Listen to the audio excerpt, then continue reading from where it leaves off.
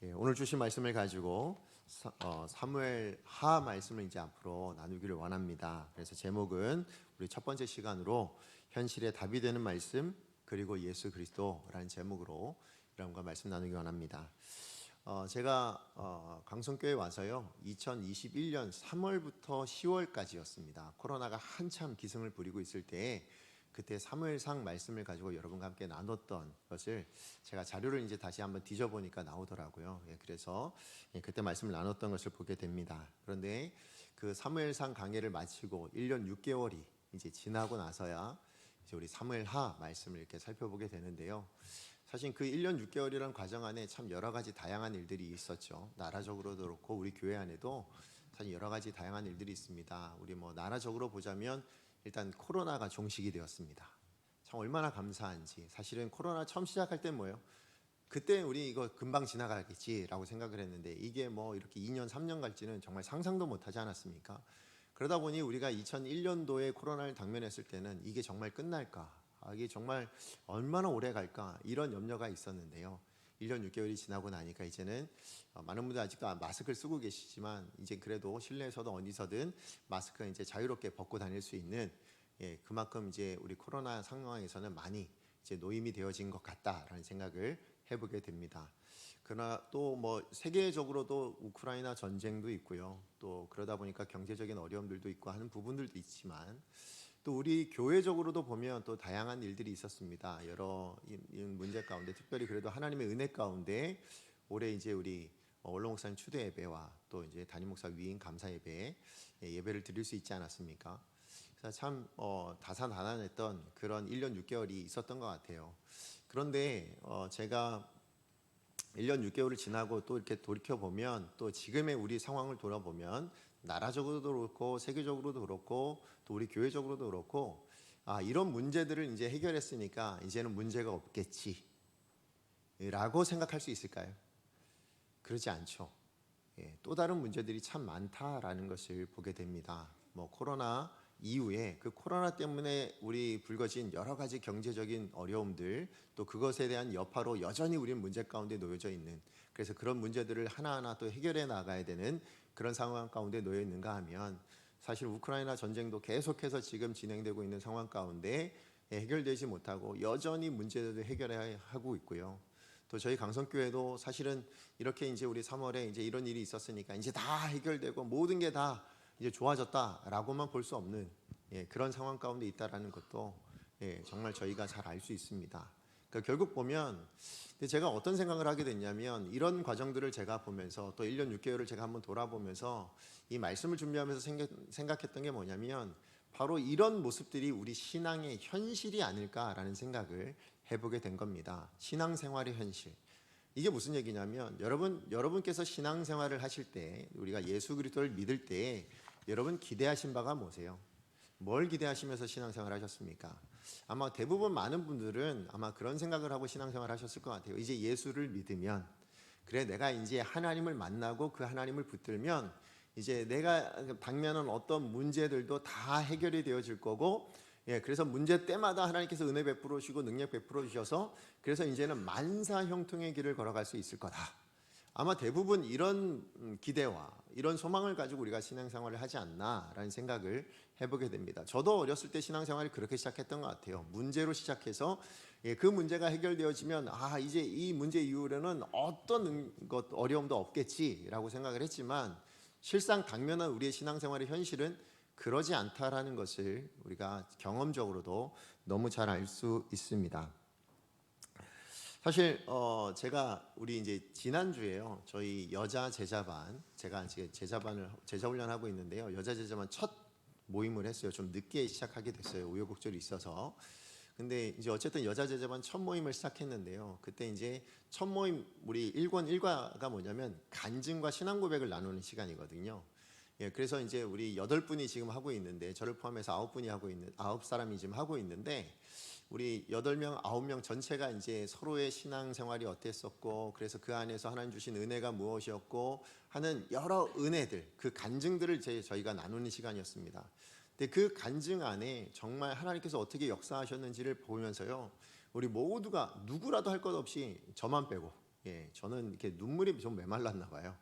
근데 그때 모든 제자반 식구들이 전부 다 눈물을 흘리고 진짜 눈물바다가 뭐냐라고 하는 게 그냥 느껴질 정도로, 그래서 막 서로 휴지 건네주시면서 그렇게 우리 신앙 간증을 나눴던 게 있었습니다. 그런데 그 신앙 간증을 끝내고 나서 어느 그 제자반 식구 한 분이, 목사님 제가 근데 하나 더 말씀드리고 싶은 게 있는데 말씀드려도 될까요? 하고 물으시더라고요. 그래서 예, 좋습니다 하고 이제 양해를 구하고 이제 우리 다 같이 이제 뭘 묻고 싶은 거냐, 얘기하고 싶은 거냐, 그래서 이제 말씀을 드렸더니 저의 간증의 내용에 대해서 조금 이제 다른 생각이 좀 있으셔서 말씀하신 거더라고요. 이게 뭐였냐면, 사실 저 이제 간증은 뭐였냐면 저희 어머님에 대한 간증이었어요. 이제 제가 하나님이 계시다라는 그 하나님의 존재, 그 존재를 제가 신뢰하게 되고 그것에 대한 믿음을 갖게 된 게 저희 어머님 때문이거든요. 여러분 아시는 분들은 아시겠지만 저희 어머니가 이제 병에 걸리셨을 때 그 어머니를 살려주신 하나님, 그 하나님 때문에 제가 하나님을 온전히 믿게 되었거든요. 근데 그 하나님에 대한 이야기를 이제 제가 간증 가운데 나눴는데, 그 이야기를 들은 어느 제자반 식구 한 분이 뭐라고 말씀하시냐면, 목사님은 기도하셔서 이렇게 저희 어머니가 기도하시든 목사님 기도하셔서 하나님께서 응답해 주셔서 그렇게 살려주셨지만, 저는 어머니를 위해서 기도했는데 어머니 병으로 돌아가셨거든요. 그래서 살려주지 않으셨습니다. 그런데 저는 어머니 그 돌아가신 이후에 오히려 그 하나님을 더 찾게 되었고, 그래서 그 하나님을 더 만나게 되었습니다 라는 이야기를 하시는 거였어요. 이 얘기를 드린 이유는 뭐냐면, 여러분 우리가 신앙생활을 하면 저처럼 이렇게 하나님의 기도 응답을 받고 그래서 어떤 문제를 해결하는 이런 일들도 있지만, 그러나 막상 여러분 어떠세요? 여러분 삶을 돌아보면 이런 기적을 날마다 누리며 살아가냐, 우리 모두가 다 누리고 살아가냐, 그러지 않다라는 것입니다. 그죠? 어떤 분이 누린 은혜, 아니면 성경에 나오는 정말 우리 신앙의 많은 위인들이 누렸던 그 하나님의 살아계심, 그 역사하심이 오늘 저와 여러분 우리 모두가 다 누리고 살아가는 건 아니잖아요. 우리 하나님을 만났습니다. 우리가 신앙이 없어서도 아니고요, 그 어느 누구보다도 열심히 신앙생활을 하고 있음에도 불구하고 어느 문제들에 대해서는 하나님께서 넉넉히 그것을 이기게 하시지만, 그러나 또 어떤 문제들에 있어서 그럼 그 문제를 막아주시고 당면하지 않게 해주시고 그러진 않으시더라는 거예요. 이런저런 문제들이 여전히 찾아오고 있고 어려움을 만나고 있고, 또 어떤 사람의 기도 제목처럼 내 인생도 똑같은 기도 제목을 드리는데 내 인생 가운데는 기도 제목을 응답하지 않는 그 하나님을 만날 때가 있다라는 것이죠. 그게 바로 우리의 신앙의 현실이라는 것입니다. 그러니까 정말 우리 모두가 다 아시겠지만, 여러분 기도한 바대로 다 응답되어지셨습니까? 그죠? 그렇지 않은 게 우리의 모습인 것 같습니다. 이뿐만 아니라 사실 저는 여기보다 조금 더 힘들고 더 무서운 문제가 있다고 생각하는 게 뭐냐면, 하나님의 은혜를 경험한 사람들이 곧이어 어떤 또 다른 문제를 만났을 때 그 문제가 해결되지 않으면요, 그러면 더 심각한 문제를 경험하게 되더라고요. 그게 제 경험이었습니다. 무슨 얘기냐면, 아까 제가 신앙간증했을 때 하나님의 살아계심을 분명하게 느낀 게 저희 어머니를 살려주신 하나님이셨다고 제가 말씀을 드렸어요. 그런데요, 하나님이 죽어가는 저희 어머니 병원에서요 뭐라고 말씀하셨냐면, 더 이상 이제 한 달을 채 못 삽니다. 자, 그러니까 저희 어머니에게 이제 퇴원을 권하시더라고요. 그냥 어디 요양원이나 아니면 좀 그냥 원하시는 데서 임종을 맞이할 수 있도록 그렇게 그냥 이제 더 이상 병원에서 할 게 없으니까 그렇게 퇴원하십시오, 이렇게 말씀하셨거든요. 근데 저희 어머니가 이제 기도원에 가셔서 20일 금식하시고 정말 하나님의 기적처럼 그 폐에 있는 모든 결핵균을 다 없애주셔서, 그래서 폐가 얼마 남지는 않았지만 지금까지 살아계시고 건강하게 계시거든요. 그래서 제가 하나님의 살아계심을 알았어요. 자, 그렇다면 그렇게 능력 있는 하나님이시잖아요. 아니, 죽어가는 자를 살리시는 하나님이 그 정도의 능력이 있는 하나님이신데요.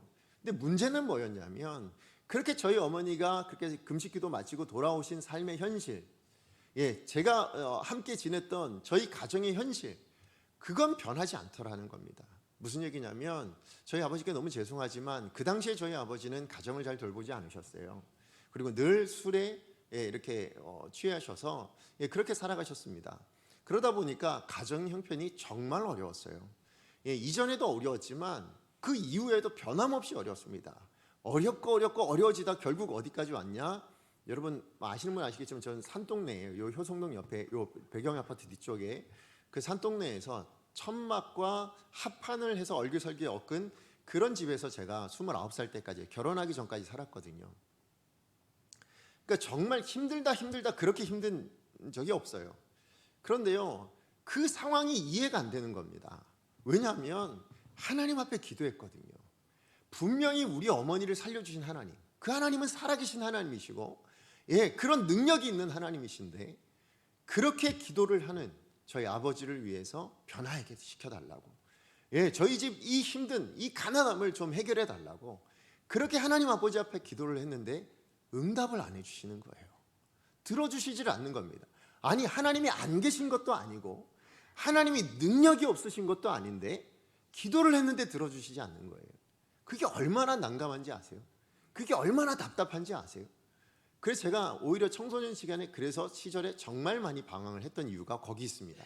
신앙적으로 더 많이 방황을 했던 것 같아요. 분명히 하나님 살아계신 건 알겠는데 하나님 나를 외면하시나? 하나님 우리 가정을 버리신 건가? 그때 한 번으로 족하다라고 말씀하시는 건가? 그리고 나서는 우리를 그냥 외면하고 계시나? 별의별 생각이 다 들더라고요.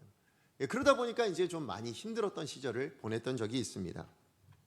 아마 이런 경험은 저만이 아니라 여러분들도 다 한 번씩은 다 경험해 보지 않았을까? 신앙생활 오래 하신 분들은 다 한 번씩은 경험했을 거라 생각합니다. 무슨 얘기냐면 우리 어렸을 때 신앙생활했던 친구들은 아마 수련회를 다녀왔을 때, 아니면 우리 어르신들부터 믿으셨을 때는 아마 부흥회를 통해서 이렇게 은혜를 받으신 적이 있잖아요. 그죠? 하나님께 어떤 은혜를 받고 정말 그래서 하나님 앞에 결단하실 적이 있으실 거예요. 하나님, 저 정말 이제 하나님의 사람처럼 살겠습니다. 저 정말 이제 믿음으로 살겠습니다.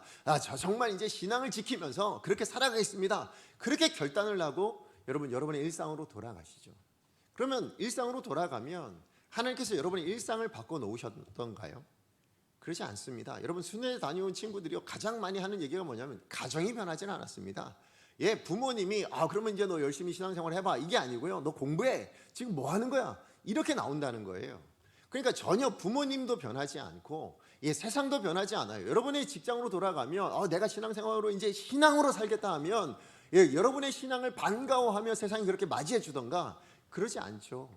오히려 그 반대죠. 내가 변하다 보니까요, 일상이 변하지 않는 게 더 큰 문제로 다가옵니다. 그죠? 예전에는 전혀 문제가 없었던 것이 이제 문제가 되어지다 보니까 그게 자꾸 부딪혀지는 거예요. 그런데 그 부딪힌 가운데 승리하면 참 감사한데 뭐예요? 자꾸 넘어지고 쓰러지잖아요. 그러다 보니 우리의 신앙이 많이 무너지더라, 다시 옛날로 돌아가는 그런 상황 가운데 놓일 때에, 그러면 여러분 어떻게 기도하세요? 하나님, 왜 내가 이렇게 결단을 했는데 들어주시질 않습니까? 하나님, 제가 이렇게 결단을 했으면 좀 도와주셔야죠. 그런데 하나님이 전혀 안 도와주시는 것 같은 그런 상황들을 여러분 한 번쯤은 다 경험해 보지 않았는가?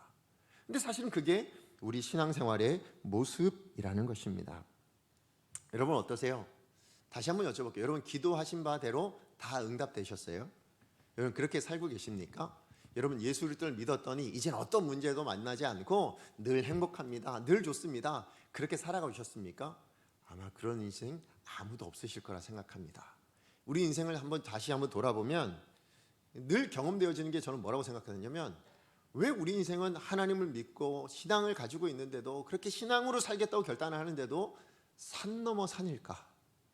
그런 생각 들지 않으세요? 이 문제가요, 진짜 산 넘어 산인 것 같아요.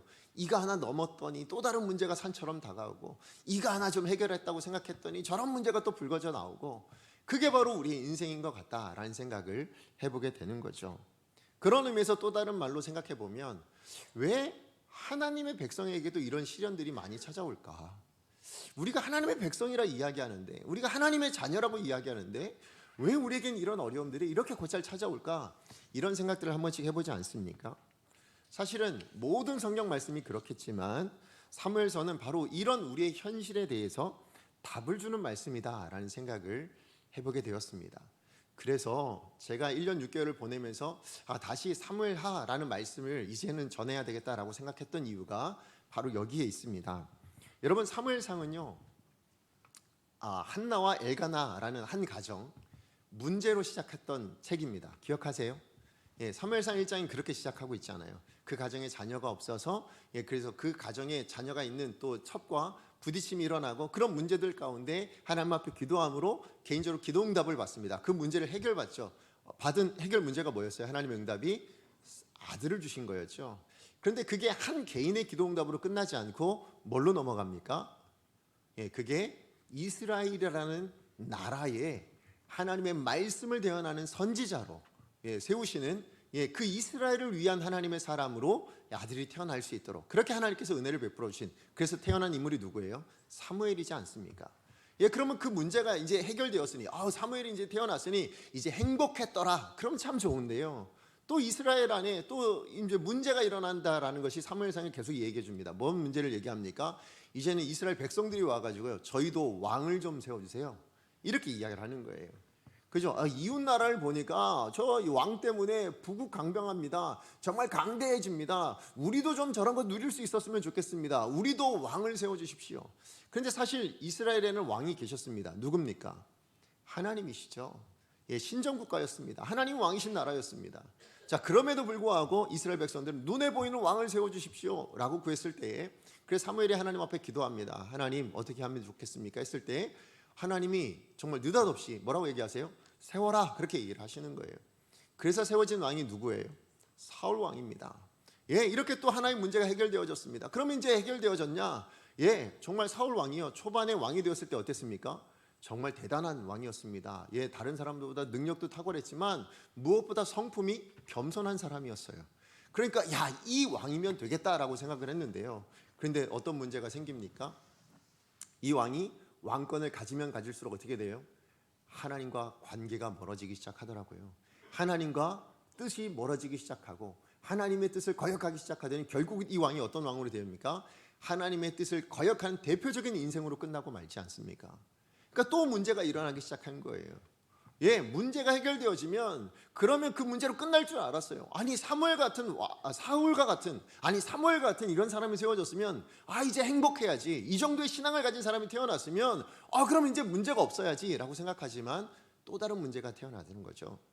자, 그래서 여러분 그 다음에 생각난 게, 그래서 이제 그럼 이 왕이 안 되겠으니 그래서 태어난 게 누구예요? 내가 그러면 내 마음에 합한 사람 다윗을 그래서 왕으로 세워야 되겠다 해서 이 사무엘이 이제 어린 소년 다윗에게 이제 기름을 부읍니다. 그랬더니 이제 이 소년 다윗이 어떻게 해요? 정말 예상치도 못하게 블레셋이라는 전쟁터에 나가게 되어가지고 거기서 골리앗을 물리치고 구국의 영웅이 되어지는 그런 역사가 일어나게 되죠. 그렇지만 또 어때요? 그렇게 해서 이제 그러면 모두가 잘 되어지냐? 정말 이제 해피엔딩으로 이제 끝나냐? 또 그러지 않습니다. 또 다른 문제가 당면하게 됩니다. 이제 뭐예요? 이 다윗의 인생이 위협을 받게 되어지죠. 이 사울 왕 때문에요. 이 사울이 자기 왕권이 빼앗길까봐 그래가지고는 다윗을 시기하여 가지고 그래서 다윗을 죽이려고 하고, 그래서 그 다윗으로 소나기에서 벗어나기 위해서 도망자의 신세가 되고 마는 그런 일련의 여러 가지 과정들이 일어나게 됩니다. 그러나 다윗이 참 얼마나 감사한지 그 모든 과정 가운데 어떻게 해요? 하나님만을 철저히 의지하는, 그죠? 그 문제 가운데 하나님만을 끝까지 하나님 편에 서고 있는 그런 다윗의 모습을 보여주는 것, 그게 바로 우리가 지난번 2021년에 나눴던 사무엘상 전체적인 내용, 줄거리였다라는 것이죠. 그리고 이제 우리가 앞으로 나눠보게 될 이제 사무엘하 내용을 보면 사실 그렇게 해서 이제 누가 왕으로 세워질까요? 사무엘서가 어떻게 끝나요? 그 사울이 죽는 것으로 끝나잖아요. 그렇게 죽는 것으로 끝났고 이제 사무엘하는 다윗이 이제 왕으로 세워지는 게 8장까지 나옵니다. 온 이스라엘 왕으로 세워지는 게 8장까지 나오는데요. 자, 이제 다윗이 왕이 되었으니 이제 그러면 이스라엘은 행복하다, 또 이렇게 돼야 될 거 아닙니까? 그런데 어떻게 되어져요? 그 다윗이 이제 18장 이후로 보면 왕권의 위협을 받습니다. 이런 일들이 일어나게 되어지는 것, 또 그 이후에 뭐 여러 가지 이제 다윗의 범죄도 나타나요. 하나님 앞에 범죄를 범하고, 심지어는 24장에 보시면요, 사무엘하 24장이 마지막 장이거든요. 근데 그 마지막 장이 어떻게 끝나냐면 다윗이 하나님의 뜻과는 아예 관계없이 뭐냐면 자기의 능력과 자기가 이룬 것을 한번 보기 위해서 뭘 하냐면 인구조사를 감행합니다. 그 인구조사를 감행해서 하나님 앞에 심판을 받게 돼요. 그걸로 사무엘하가 끝나게 되더라라는 것이죠. 여러분, 그러고 보면 지금 우리 인생이랑 똑같지 않습니까? 이 정도 신앙생활을 했으면, 이 정도 우리가 하나님을 의지했으면 그러면 이제 아무 문제가 없어야 될 것 같은데 또 다른 문제가 나타나고 또 다른 문제가 나타나고 또 다른 문제가 드러나고 또 그것을 해결하기 위해 또 어떤 신앙생활의 능력이 나타나면 또 다른 문제가 나타나고, 그게 신앙이더라 라는 것을 보여주더라 라는 것이죠. 자, 그런데 이렇게 다윗을 제가 마지막으로 말씀을 드렸는데, 그러면 다윗은 그가 그렇게 범죄를 범하고, 여러분 잘 아시는 바세바를 범하고 우리아를 죽이는 살인 사건부터 시작해서 또 뭐예요? 간음과 살인, 더 나아가서 아까 말씀드렸던 인구조사, 정말 하나님 하지 말라는 하나님의 말씀을 완전히 대적되는 그런 일들을 감당했음에도 불구하고, 그럼 다윗은 어떻게 왕으로서 우리가 알고 있는 정말 위대한 왕 이렇게 되어질 수 있는가? 그것은 어디에서 나올까요? 자, 그것이 바로 사무엘하 7장 8절에서 16절에 있는 다윗과 하나님과의 언약에서 나오거든요. 자, 그 중에 우리 14절에 16절 말씀 같이 한번 읽어보겠습니다. 시작. 나는 그에게 아버지가 되고 그는 내게 아들이 되리니 그가 만일 죄를 범하면 내가 사람의 매와 인생의 채찍으로 징계하려니와 내가 내 앞에서 물러나게 한 사울에게 내 은총을 빼앗은 것처럼 그에게서 빼앗지는 아니하니라. 내 집과 내 나라가 내 앞에서 영원히 보존되고 내 왕위가 영원히 견고하리라 하셨다 하라. 아멘. 여러분, 우리가 이 사무엘서라는 말씀을 보면 신앙의 위대한 윈, 사실 다윗은 정말 위대한 사람이잖아요. 그죠? 우리가 생각해 보면 다윗처럼 우리가 살 수 있을까? 못 살 것 같아라고 생각하지만 실상 다윗이 그렇게 위대한 인물은 아닌 것 같아요. 그냥 우리랑 평범한 다를 바 없는, 그도 목동이었던 것처럼 그렇게 자기 일상이 있었던 것처럼 우리 일상에 그런 인물이었던 것 같습니다. 자, 그런데도 다윗이 연약한 사람이고 다윗도 분명히 죄인인 건 맞잖아요. 그죠? 우리보다 더 심각한 죄를 지었던 죄인인 건 맞아요. 여기 여러분 간음하신 분 계세요? 안 계시잖아요. 여러분 여기 살인하신 분 계세요? 안 계시잖아요. 어떻게 보면 뭐 그냥 사회적인 눈으로 보자면 다윗이 더 심각한 죄를 지은 그런 사람 같아 보여요. 자, 그런데도 불구하고 다윗이 우리가 알고 있는 정말 위대한 믿음의 사람, 아니면 정말 하나님의 마음에 합한 사람, 이런 위인으로 우리가 알고 있는 이유는 어디 있을까요? 그건 다른 데 있지 않아요. 아까 우리가 읽었던 바로 그 말씀 안에 있습니다. 무슨 얘기냐면, 여러분 이 말씀이 얘기하는 게 뭐예요? 내가 내 위를 빼앗지 않고 내 왕위를 어떻게 하신다고요? 영원히 견고하게 하리라 라는 이 말씀 때문에, 이 말씀을 지켜주신 하나님이시기 때문에 다윗이 오늘날 우리가 알고 있는 위대한 왕이 된 겁니다. 그러고 보면 여러분, 다윗이 탁월한 겁니까? 다윗이 탁월할 수 있도록 만들어주신 하나님이 탁월하신 겁니까? 하나님이 탁월하신 거예요. 하나님이 능력자이신 거고 하나님이야말로 위대하신 분이신 거예요. 그러고 보면 여러분, 저와 여러분 우리 모두는 어떻게 보면 원석과 같은 영웅일 수 있는 거예요. 왜요? 우리에겐 그 하나님이 계시잖아요. 다윗을 그렇게 위대한 한 믿음의 역사를 만들어낼 수 있는 인물을 하나님께서 만들어내신 분이시라면 오늘 저와 여러분 우리의 하나님도 같은 하나님이신 줄로 믿습니다. 비록 우리 인생이, 우리 신앙생활이 문제의 연속이고 또 한 번 이긴 것 같지만 또 실패하고 또 실패하고 또 실패하는 그런 인생으로 우리의 신앙 현실이 그래 보이지만, 그러나 그런 신앙 현실 안에는 여러분 우리가 부인할 수 없는 게 뭐냐? 하나님이 계시더라라는 거예요. 그죠? 여러분, 우리는 넘어지고 쓰러질지언정 하나님이 넘어지시는 분이실까요? 그러지 않습니다. 넘어지는 이유는 어디 있어요? 대부분 누구 때문이에요? 사람 때문이에요. 그가 아무리 믿음의 위대한 사람이라 할지라도 그 안에 있는 그 사람이 연약해서 넘어지는 거지, 하나님이 연약해서 넘어지시는 게 아니더라고요. 그래서 하나님께서 어떻게 하시는가? 다시 세우시더라. 내가 너를 영원히 견고하게 세우겠다 하시면 그 인생은 영원히 견고해지는 인생이 되더라. 그러므로 저와 여러분, 우리 신앙 현실 안에서 우리가 이 말씀을 통해서 우리가 확인해야 될 건 뭐냐? 우린 넘어지지만 그러나 우리 인생의 이면에는 누가 계시다? 하나님이 계시다. 이 성경의 인물을 이끌어 가시는 하나님이 오늘 저와 여러분 우리의 하나님이시다. 그래서 현실의 답이 되시는 게 뭐라고요? 그게 말씀이에요. 우리에게 주어진 신앙 현실의 답은 말씀 안에 있다라는 것입니다. 그렇기 때문에 저는 오늘 이 사무엘하라는 것을 우리가 좀 자세히 살펴보기 전에 오늘 제가 본문을 23장으로 온 이유는 사실 23장은 다윗의 마지막 유언과 같은 말이거든요. 근데 이 말씀을 통해서 우리가 사무엘하 전체를, 어떻게 보면 사무엘서 전체를 우리가 관통할 수 있는 그런 두 가지 시각을 좀 우리가 견지하고, 그리고 이후에 우리의 사무엘하 말씀을 계속 바라볼 수 있었으면 좋겠다라는 생각에 오늘 이 말씀을 이렇게 나누게 된 건데요.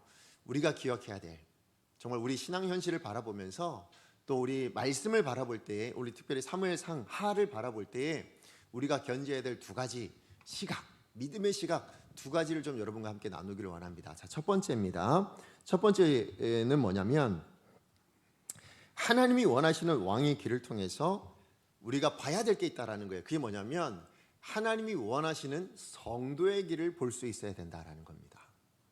여러분, 사무엘서 전체의 내용을 한마디로 얘기하면 뭐냐면 이스라엘의 왕정 제도를 세우는 일입니다.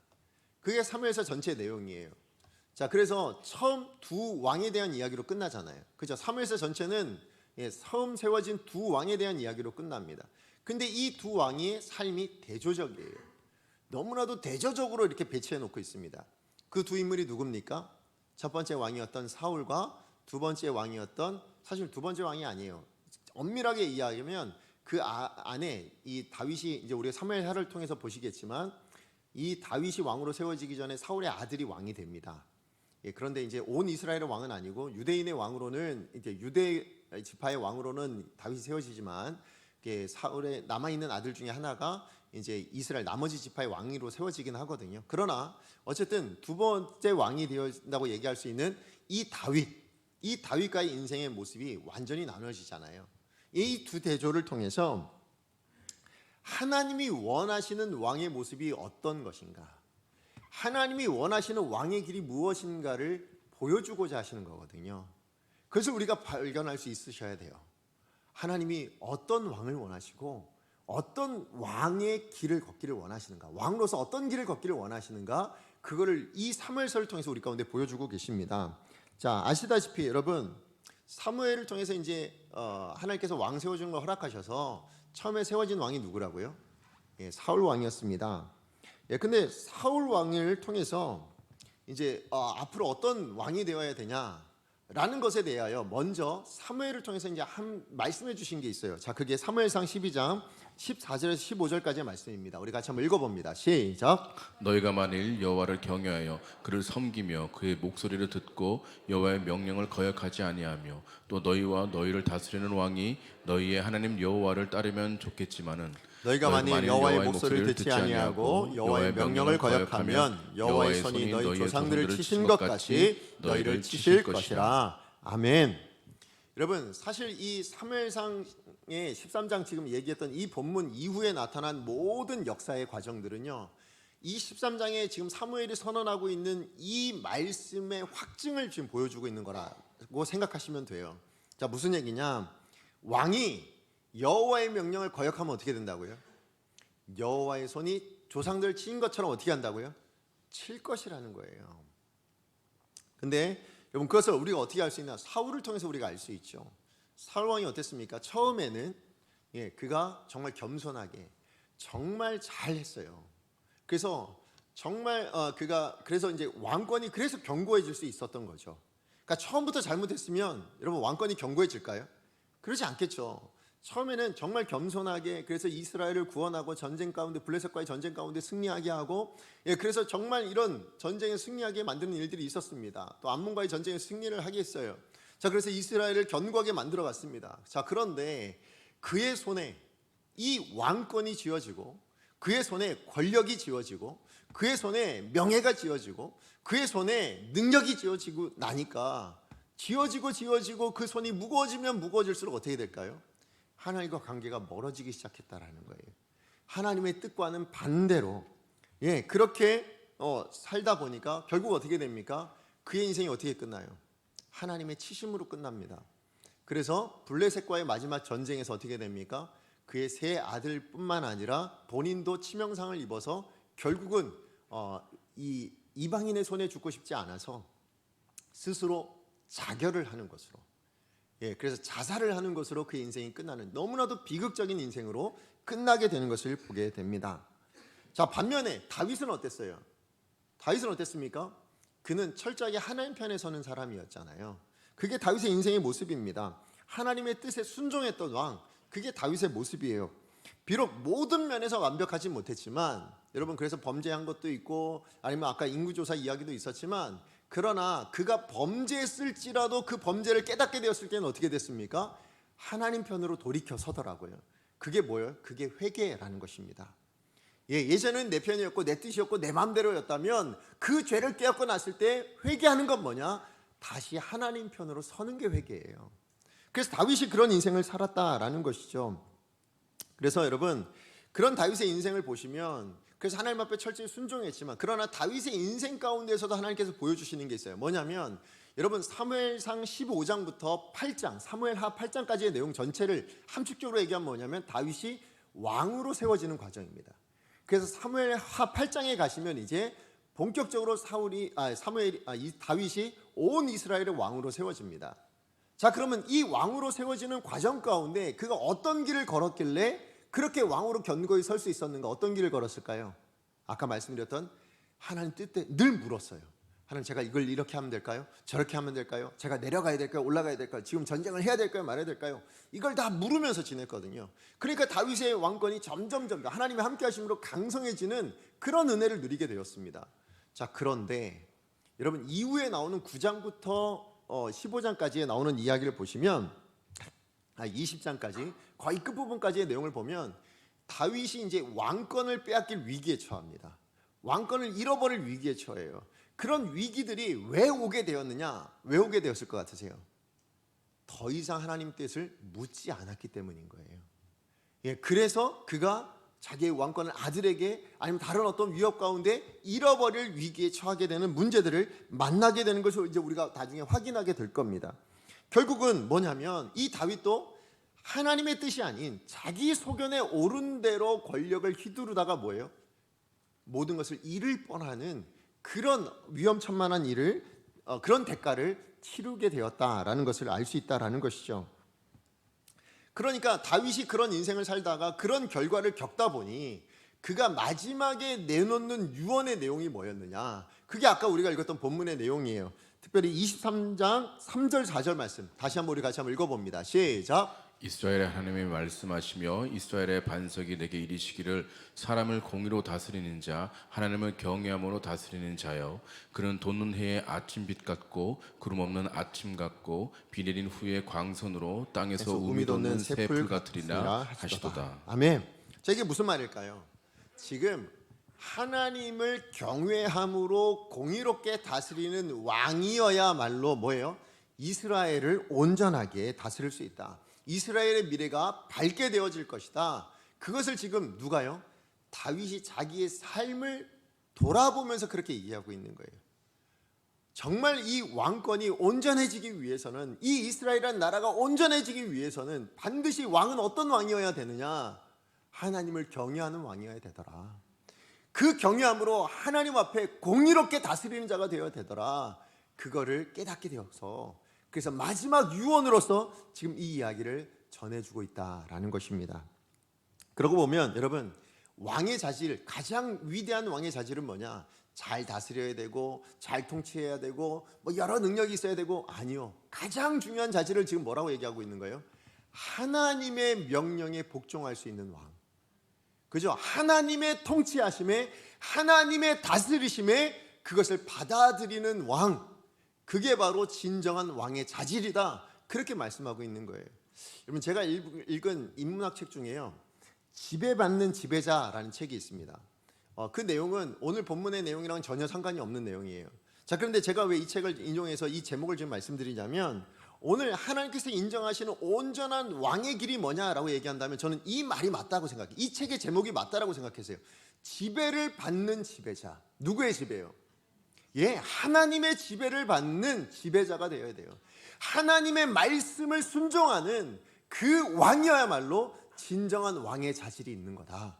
그렇게 지금 다윗이 말씀하고 있다라는 것이죠. 여러분, 우리 성도로서의 삶도 마찬가지라고 생각합니다. 여기서 우리가 확인할 수 있어야 돼요. 무슨 얘기냐면 여러분, 우리가 지배받는 지배자거든요. 자, 무슨 얘기냐? 여러분, 우리도 무언가를 지배하고 삽니다. 뭘 지배하고 살까요? 여러분, 여러분의 시간을 지배하고 사시잖아요. 여러분의 물질을 지배하고 사시죠. 여러분, 아니면 여러분의 감정을 여러분이 지배하고 계시는 거 아닙니까? 아니면 여러분 어떤 사람을 지배하고 계시는 분들도 계실지 몰라요. 예, 맞아요. 뭐 세상의 문화가 됐든 시간이 됐든 감정이 됐든 돈이 됐든 사람이 됐든 우린 다 무엇인가를 지배합니다. 자, 그런데요, 또 때로는 반대로 뭐예요? 그것의 지배를 당하고 살더라고요. 그렇잖아요. 우리가 돈의 지배를 받기도 하고요, 아니면 어떤 감정의 지배를 받아서, 그래서 그 감정 때문에 우리가 거기에 매여 가는 분들도 계시고요, 아니면 뭐 병의 지배를 받기도 하고요, 아니면 또 사람의 지배를 받기도 하고 돈의 지배를 받기도 하고, 우리 그렇게 살고 있는 사람들이는 거예요. 그러니까 우리는 다 뭐예요? 지배받는 지배자예요. 그런데 우리가 여기서 기억해야 될 건 뭐냐면, 성도라면 그렇다면 누구의 지배를 받는 게 가장 복된 거냐예요. 무엇의 지배를 받는 게 가장 행복한 것이냐, 그걸 깨달아야 된다라는 거예요. 여러분, 무엇의 지배를 받아야 된다고요? 누구의 지배를 받으셔야 된다고요? 하나님의 지배를 받는 자가 진짜 복된 자다. 하나님의 뜻 안에서 우리가 다스릴 수 있어야 그게 진짜 행복한 인생이 될 수 있다, 그거를 보여준다라는 것이죠. 여러분, 사무엘서를 통해서, 특별히 사울 왕을 통해서 보여주는 게 바로 이거 아닙니까? 하나님의 통치, 그 하나님의 지배를 떠난 인생이 어떤 문제를 만들어내고 어떤 비참한 인생을 살아가게 되는가, 그것을 보여주는 게 사울 왕이거든요. 반면에 다윗을 향해서, 다윗을 통해서 우리가 확인하는 건 뭐냐? 하나님의 뜻에 순종했더니, 하나님 편에 서서 하나님의 통치를 받았던 왕이 되었더니, 다윗은 어떻게 되었더라? 그 왕위가 영원히 견고하게 세워지는, 하나님께서 인정하시는 위대한 왕이 되었더라라는 것이죠. 맞아요. 그것뿐만 아니죠. 그 혼자만이 아니라 여러분, 그 자자손손을 흘러가 보면 누가 태어납니까? 거기서 예수 그리스도가 오는, 결국은 예수 그리스도의 계보를 잇는 주인공이 되어지는 역사가 무엇에서부터요? 다윗이 하나님의 뜻을 따라, 하나님의 지배함을 순종함에 따라 그가 이 은혜를 받아 누리게 되더라. 자, 그렇다면 성도된 우리가 우리의 남은 평생을 어떻게 살아가셔야 되겠냐는 거예요. 우리가 이 말씀을 통해서, 이 말씀을 묵상할 때 우리가 확인해야 될 게 뭐냐? 하나님의 사람은 하나님의 지배 안에 있을 때 가장 행복해질 수 있는 거구나, 그 인생이 복되질 수 있는 거구나, 그걸 확인하셔야 된다는 거예요. 여러분, 우리 이 관점을 여러분 반드시 기억하셔야 합니다. 하나님께서 왕의 길을 통해서 오늘 성도된 우리, 하나님의 자녀된 우리가 어떤 인생의 길을 걸어가야 되냐, 그것을 선택하라는 거예요. 그럼 무엇을 선택하시겠습니까? 바라고 소원하기는 사울과 같은 인생 되지 않기를 축복합니다. 부족하지만, 연약하지만 그래도 다윗과 같은 그런 인생을 살아가실 수 있는 저와 여러분 되어지기를 간절히 축복합니다. 자, 그런가 하면 우리가 사무엘서를 통해서 기억해야 될 두 번째는 뭐냐면, 우리가 봐야 될, 늘 기억해야 될 관점이 뭐냐, 그것은 예수 그리스도 안에만 소망이 있다는 사실을 확인하셔야 된다는 거예요. 여러분, 처음 이스라엘 백성들이 지금 사무엘에게 와서 왕을 구했을 때는 여러분 기대한 바가 있었어요. 소망한 바가 있었습니다. 그게 뭘까요? 이웃 나라처럼 우리도 잘 살았으면 좋겠다, 이웃 나라처럼 우리도 누리며 살았으면 좋겠다, 빼앗기고 약탈당하고 이런 거 말고 우리도 좀 이렇게 가지고 우리도 좀 누리고 그렇게 살아갈 수 있었으면 좋겠다, 이게 소망이었습니다. 자, 그런데 그렇게 해서 눈에 보이는 왕이 세워졌을 때 그 왕들을 통해서 그러면 이스라엘 백성들의 그 소망이 이루어졌습니까? 그러지 않죠. 여러분, 사울 왕을 통해서 뭐예요? 아예 철저하게 무너뜨리게 되죠. 사울이 왕으로 세워졌을 때 처음에는 뭐 겸손하게 지냈을지 몰라도, 그러나 결국은 그로 말미암아 나라가 위협에 처하고 결국은 블레셋에서 패배해서 왕까지 잃어버리는 그런 사태가 이스라엘 백성들이 경험하는 사태였습니다. 자, 그렇다면 다윗은 그러면 괜찮냐? 그러면 다윗 정도 되는 신앙인이라면 저 사람에게는 소망을 둘 수 있지 않겠냐? 저 사람이라면 소망의 근거가 되지 않겠냐? 그럴 수 있을까요? 그렇지 않음을 우리가 또 다윗의 인생을 통해서 보잖아요. 그가 믿음의 위대한 인생이라 말할 수 있을지는 몰라도, 그가 정말로 위대한 믿음의 사람이라, 아니면 위대한 왕이라, 아니면 능력이 대단하다, 뭐 그렇게 말할 수 있을지는 몰라도요, 그러나 그도 자기가 가진 권력을 손에 쥐게 되니까 어떻게 됩니까? 죄 가운데 빠지고 말잖아요. 아까 말씀드렸던 우리아를 범하고 뿐만 아니라 그의 남편을 어떻게 해요? 전장 가운데 내보내가지고 죽게 만들고요. 또 그 권력을 내가 확인하고 싶어서 하나님의 명령과 상관없이 인구조사를 통해서 자기만 고통당하는 것이 아니라 오히려 많은 백성들이 고통을 당하는 그런 결과를 낳게 되는 인물이 다윗이었다라는 것입니다. 그러고 보면 여러분, 지금 이 사무엘 상하를 통해서 우리 가운데 말씀해 주고 있는 건 뭐냐? 여러분에게 어떤 사람이 은인일 수도 있고, 여러분에게 어떤 사람이 아니면 선생이 될 수도 있고, 여러분이 어떤 사람이 어떤 도움을 줄 수 있는 여러 사람들이 될 수 있겠지만, 그러나 그 모든 사람이 때로는 뭐 여러분의 부모님일 수도 있고, 아니면 뭐 여러분을 돕는 어떤 다른 뭐 자녀들일 수도 있겠지만, 그 모든 사람이 소망의 근거가 될 수 있느냐? 그럴 수 없다라는 겁니다. 왜 그럴 수 없을까요? 그 모든 사람이 아무리 신앙인이라 할지라도 그 안에 뭐가 있습니까? 죄가 있기 때문에 그래요. 여러분 보세요. 우리 인생에 능력이 주어지고 우리 인생에 부가 주어지면 좋죠. 우리 인생에 명예가 주어지고 권력이 주어지면 얼마나 좋습니까? 그런데요, 그 인생에 주어진 부와 권력이 우리 내면 안에 있는 죄와 만나게 되었을 때 얼마나 심각한 문제를 일으키는가, 그것을 다윗이 보여주고 있잖아요. 사울이 보여주고 있지 않습니까? 그 둘만 보여주고 있는 겁니까? 아니요, 성경의 많은 부분들이 바로 그 죄성 때문에 일어나는 문제들이잖아요. 여러분, 오늘날 우리가 당면하는 수많은 문제들이 왜 일어나고 있습니까? 여러분, 목사라고 해서요, 저라고 해서 제 안에 죄가 없을까요? 저도 죄가 있어요. 그러다 보니까 뭐예요? 제 안에, 제 삶에 닥치는 여러 가지 문제들이 사실 뭐 외부에서 오는 것들도 있겠지만 제가 만들어낸 것들도 많아요. 왜요? 저도 죄인이니까. 여러분, 우리 교회라고 완벽하겠습니까? 그러지 않습니다. 죄인들이 모여있지 않습니까? 그러다 보니 우리 안에도 많은 문제들이 나타날 수 있는 거예요. 여러분, 교회 안에 누구라도 소망이 될 수 없습니다. 어떤 사람도 소망이 될 수 없습니다. 그게 목사라 할지라도요. 제가 강성교회의 소망이 되겠습니까? 그렇지 않습니다. 반드시 기억하셔야 됩니다. 사람은 죄인입니다. 우리 안에 죄를 뽑아낼 수가 없어요. 이 땅을 사는 동안에는 우리는 언제나 육체의 소욕을 가지고 살아가는 존재입니다. 그렇다면 그 소망은 어디 있느냐? 그 소망이 없는 걸까요? 그럼 우리는 그냥 낙심하고 낭망하고 에이 뭐 그냥 좌절하고 좌포자기하고 그렇게 살아야 되겠습니까? 그러지 않다. 그래서 다윗이, 지금 하나님께서 다윗을 통해서 우리 가운데 그 다윗의 마지막 유언 가운데 예언의 말씀을 해주고 있습니다. 사실 다윗의 유언이지만 이 말씀은요, 다윗 스스로 한 얘기가 아니에요. 여러분 2절 말씀에 보시면 하나님의 영에 충만해서 주시는 말씀이에요. 다시 얘기하면 이 말씀은 예언입니다. 예언이라는 게 여러분 오해하시면 안 돼요. 미래의 어떤 일을 말리는 게 그게 예언 아닙니다. 여러분, 예언의 예자가 무슨 예자인지 아세요? 예금하다 할 때 예자예요. 맡기다라는 의미예요. 그러니까 뭐예요? 말씀을 맡기다. 그게 예언이에요. 그러니까 맡겨진 말씀을 전하는 사람이 예언자예요.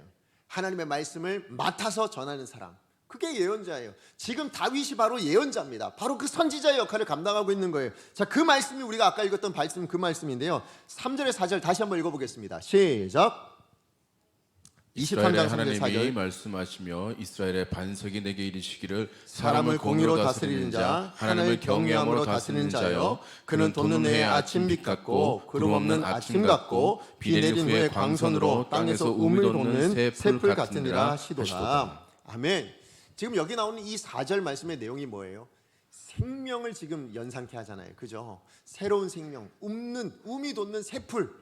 예, 지금 이스라엘이 역사는 어떻게 될까요? 하나님 이미 아십니다. 다윗은 모를지언정 하나님 이미 알고 있어요. 그 역사가 어떻게 되어질지. 어떻게 끝납니까? 멸망하는 것으로 끝나죠. 무엇 때문에? 죄 때문에. 예, 더 이상 희망이 없어 보입니다. 나라를 잃어버렸습니다. 예, 그게 이스라엘 백성들의 모습으로 끝날 거라. 그러지 않다라는 거예요. 다윗을 통해서 지금 말씀해주고 있는 겁니다. 뭐요? 새로운 역사가 있을 것이고 새로운 생명이 주어질 것이다. 그런데 누구를 통해서요? 3절 말씀해 보니까 뭐라고요? 공의를, 사람을 공의로 다스린 자, 하나님을 경외함으로 다스린 자가. 그리고 우리가 읽지 않았지만 사실 5절 말씀해 보면 그 사람을 공의로 다스리고 그렇게 하나님을 경외하는 자가 누구를 통해서 나타나냐면 다윗의 가문을 통해서, 다윗의 집안을 통해서 나타난다고 말씀하고 있어요. 예, 그러고 보면 여러분, 다윗의 씨를 통해서, 다윗의 집안 후손을 통해서 나타나신 사람을 공의로 다스리시며 하나님을 경외하시는 그런 분이 계십니다. 누굴까요? 그렇죠, 예수 그리스도이십니다. 다윗의 후손으로 태어나셔서 하나님의 공의와 하나님을 경외함으로 이스라엘 나라만이 아니죠, 모든 민족을 다스리는 왕, 그 왕을 통해서 지금 소망이 이루어지게 된다. 그 소망은 반드시 성취되어지게 된다. 새로운 생명, 그뿐만 아니라 새로운 역사가 이루어지게 될 것이다. 그것을 지금 소망으로 알려주고 있잖아요, 다윗이. 이 소망이 어떻게 가능하게 된다고요? 예수 그리스도를 통해서. 예, 맞아요. 예수 그리스도만이 우리의 소망이심을 여러분 믿으시기 바랍니다. 어떤 사람도 소망이 될 수는 없습니다. 그게 어떤 이 땅의 위대한 인물이라 할지라도, 예, 여러분과 얼마나 오랫동안 지나고 얼마나 친밀했느냐, 그건 중요하지 않습니다. 여러분의 가족들이라도 소망이 될 수 없어요. 정말 이 땅의 유일한 소망은 예수 그리스도 안에만 있습니다. 그래서 그것을 하나님께서 지금 온 이스라엘 백성 가운데 단지 지금 다윗의 자손에게만 주신 말씀이 아니라 오고 오는 모든 하나님의 사람에게 전하게 하시기 위해서 하나님의 영에 충만하게, 예, 임재하게 하여 주셔서 그가 자기 인생의 전체를 토대로 지금 우리 가운데 이야기해 주고 있는 거예요. 누구를 봐야 된다? 소망은 예수 그리스도를 봐야 된다고. 다윗이 지금 보고 있는 게 바로 예수 그리스도이시거든요. 사람을 공의로 다스리시고 하나님을 경외하는 자, 다윗에 이어지는 왕이 아니에요. 그 자자손손을 이야기하는 게 아닙니다. 예수 그리스도를 바라보며 믿음의 눈으로 지금 예수 그리스도를 바라보고 있는 게 다윗의 지금 이 말씀이거든요. 그러므로 여러분, 저와 여러분, 우리 모두도 바로 이 믿음의 눈이 있기를 축복합니다. 예수님만이 우리의 유일한 소망이십니다. 우리가 말씀을 통해서 이것을 확인하실 수 있어야 돼요. 사람에게 소망을 둘 게 아니구나. 우리가 소망을 둬야 될 건 오직 예수 그리스도 한 분밖에 없구나. 그 십자가의 능력밖에는 우리가 소망을 가질 인생이 아니구나. 이걸 확인하셔야 된다는 거예요. 그런데 세상은 어떻습니까? 어떤 목사님이 이런 단어를 쓰셨어요. 조작된 소망. 예, 제가 이 말이 너무 기억에 남아가지고 여러분에게도 말씀드려요. 사실 이 조작된 소망으로 우리를 유혹하는 게 얼마나 많습니까? 여러분, 광고를 한번 보세요. 이 물건만 있으면 행복해지실 것입니다. 이 물건만 있으면 모든 게 다 이루어질 것처럼. 그래서 여러분, 그 물건들 다 사지 않으셨어요? 하나씩 하나씩 다 장만하지 않으셨습니까? 그래서 행복해지셨습니까? 그래서 여러분 인생이 좀 나아지셨습니까? 그래서 여러분 문제가 술술 다 풀리셨습니까? 아니요. 여러분, 또 다른 거 이거 써다 보니까 이거보다 더 좋은 게 나왔던데, 이거 이제는 아니야, 이거보다 더 좋은 거, 그거보다 더 나은 거 계속해서 갈급해하고 계시지 않으세요? 계속해서 더 좋은 거 찾고 있지 않으세요? 왜요? 여러분, 그것 안에는 여러분의 소망이 채워지지 않기 때문에 그래요. 여러분의 내면에 있는 어떤 것도 채울 수 없어요. 여러분을 가득 채워줄 수 있는 건 오직 한 분밖에 안 계십니다. 예수 그리스도 외에는 없는 줄로 여러분 믿으시기 바랍니다. 말씀의 결론을 맺습니다. 여러분, 성도로서 살면서 겪는 현실, 정말 신앙이 이렇게 굳건한데, 정말 내 신앙생활을 이렇게 오래 했는데 왜 내 인생에 이렇게 문제가 많고, 내가 이렇게 기도를 열심히 했는데 왜 내 인생에 이런 문제가 다가오냐? 다가옵니다. 여러분, 그 문제에 대한 답이 어디 있어요? 그렇게 질문이 들 때 말씀을 보시면 돼요. 그 말씀 안에 뭐예요? 우리의 모습을 고스란히 살아내고 있는 사울이 있습니다. 다윗이 있죠. 그리고 그들과 함께 하시는 누가 계세요? 하나님이 계시더라. 그걸 여러분 확인하실 수 있는 게 하나님의 말씀인 줄로 믿습니다. 그 말씀 안에서 우리가 답을 찾을 때, 이 말씀을 우리가 신뢰한다면 우리가 더 이상 세상 가운데 순응하는 인생 되지 말고, 여러분 무엇에 순응하셔야 돼요? 우리가 어떤 길을 걸어가야 됩니까? 하나님의 지배하심에, 하나님의 다스리심에, 통치하심에, 거기에 순종할 수 있는 인생이 되어야 될 줄로 믿습니다. 뿐만 아니라 우리가 거기서 더 나아가서 뭐라고요? 누가 왕이 되셔야 돼요? 예수님 왕이 되셨을 때 그것에서 더 나아가서 오직 예수님만이 소망이십니다. 이 땅의 그 어떤 것으로도 내 소망은 채워지지 않습니다. 여러분 삶의 모든 평생에 그걸 경험하실 거예요. 여러분의 소망을 채우실 이는 예수 그리스도 한 분밖에 계시지 않는다. 그것을 기억하시면서 여러분 항상 예수님의 다스리심 안에, 하나님의 다스림 가운데 순종하시면서 그렇게 사시다가 여러분 하나님께서 베풀으신 은혜, 능력, 또 순종하셨을 때 그 말씀에 담겨 놓으신 그 언약의 약속들을 누릴 수 있는 복된 인생 되기를 간절히 축복합니다. 말씀의 결론을 우리 찬양하겠습니다. 우리 말씀 기억하시면서 우리 오늘 찬양할 때는요, 약할 때 강함 되시네 라는 찬양입니다. 네, 우리 인생 약합니다. 왜 약할까요? 우리 안에 죄성 때문에 그래요. 우리 육체적인 소욕이 얼마나 센지 모릅니다. 그래서 약합니다. 그러나 나는 약하지만 누가 계시니까? 주님이 계시니까. 그죠? 우리 하나님이 계시니까 그 주님이 우리의 보물이십니다.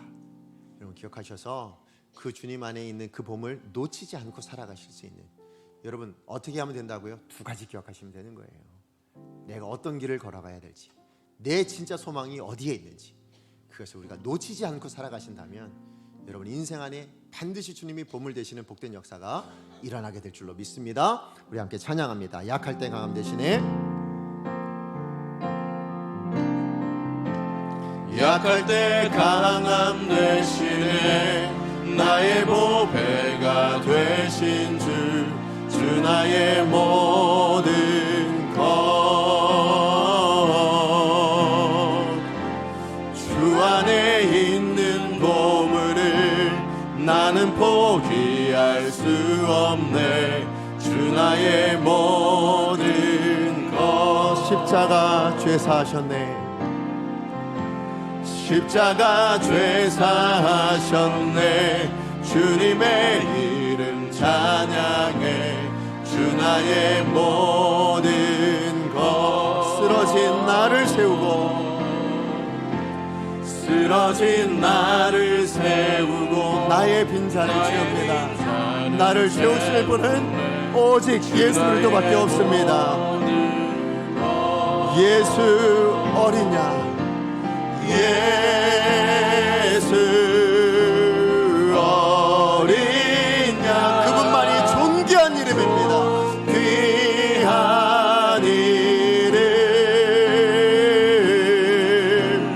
예수 어린 양, 존귀한 예수 어린 양, 존귀하신 그 이름 예수 어린 양, 존귀하신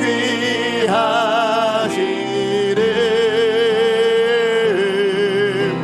예수 어린 양, 존귀한 이름. 우리 시간을 말씀 기억하며 또 우리 찬양과 함께 기도하기를 원합니다.